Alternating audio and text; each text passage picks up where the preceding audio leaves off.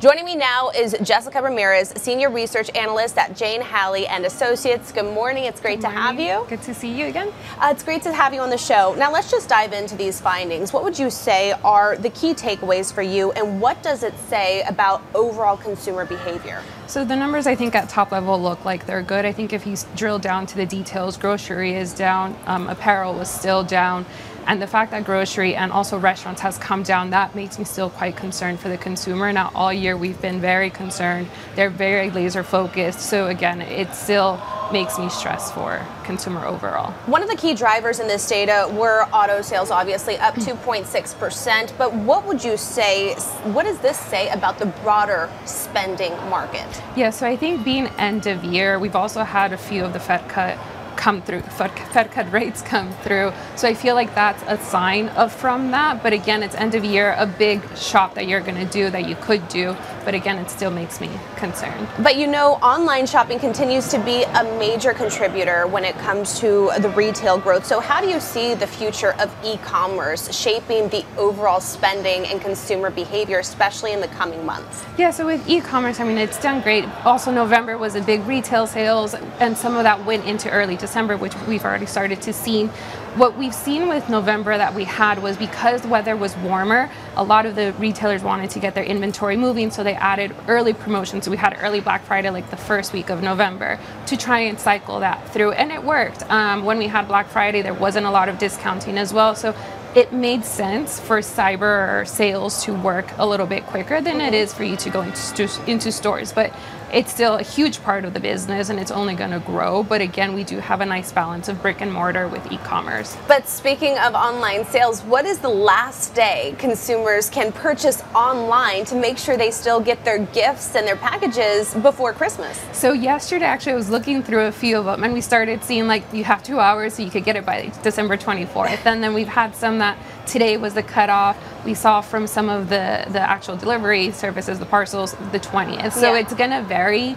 And this is where most retailers can flex their omni-channel. Do you buy online, pick up in store, and likely get a little bit more in store while you're there? And you know, you were talking a little bit earlier about how we have seen a decline when it comes to grocery stores and consumer spending, especially restaurants. What do you think that says about the overall consumer economy right now? And does it align with your expectations? Yeah, so first of all, for holiday, we believe it will be flat year over year because we are adjusting inflation to that. Inflation is at a 3%, close to or under. Yeah. And that's what they've been expecting holiday sales for. So again, if we remove that, it's flat. And the consumer is still very strapped with all of this. So the fact that grocery has come down and there might be an uptick in retail sales because, you know, we need gifting, it shows how the consumer is really it's doing a balancing act. Where can I pay a little bit more but take a cut somewhere else? And we've seen that all year, and I only expect that to go into the next year. Again, you know, many consumers have gone into their savings. It's a very tight budget that they're working on. And, you know, I think there's some retailers who will likely win. Off price is clearly a winner for that because of the lower prices that we see there. Let's talk more about that type of consumer behavior. Obviously, there are inflationary concerns, as you mentioned, and more consumers are being a little bit more discerning when it comes to certain purchases. Talk to me about what you're seeing about who and what are they prioritizing this holiday season? So there's still winning categories that I think will continue to do well. I do think anything that's sport related, so again, very active, and I think this is what we talked about last time I was here. Anything that is beauty, categories within beauty that I still see positive is skincare, hair care, and fragrance. Those continue to do well, and they're great gifting.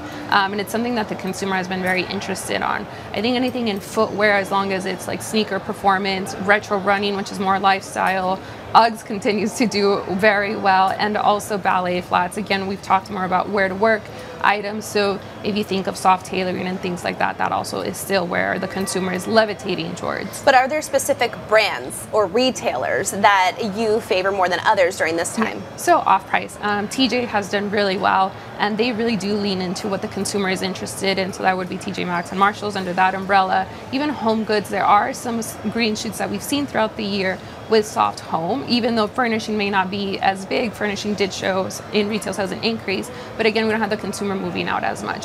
But other retailers, Dick's Sporting Goods still does fantastic. Amer Sports, which owns Arc'teryx and also Solomon, that has done very well.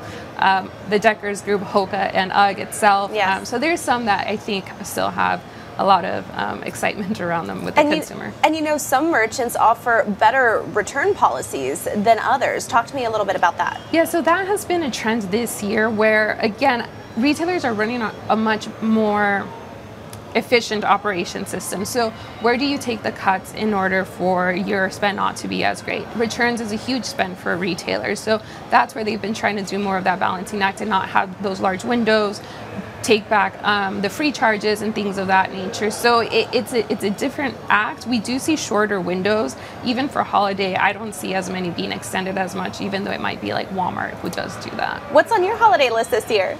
Oh God, I think anything for my nieces. My nieces are beauty fiends. So I have a 7 and a 17-year-old who are looking for everything beauty. So that would be it. Is your Christmas shopping all done?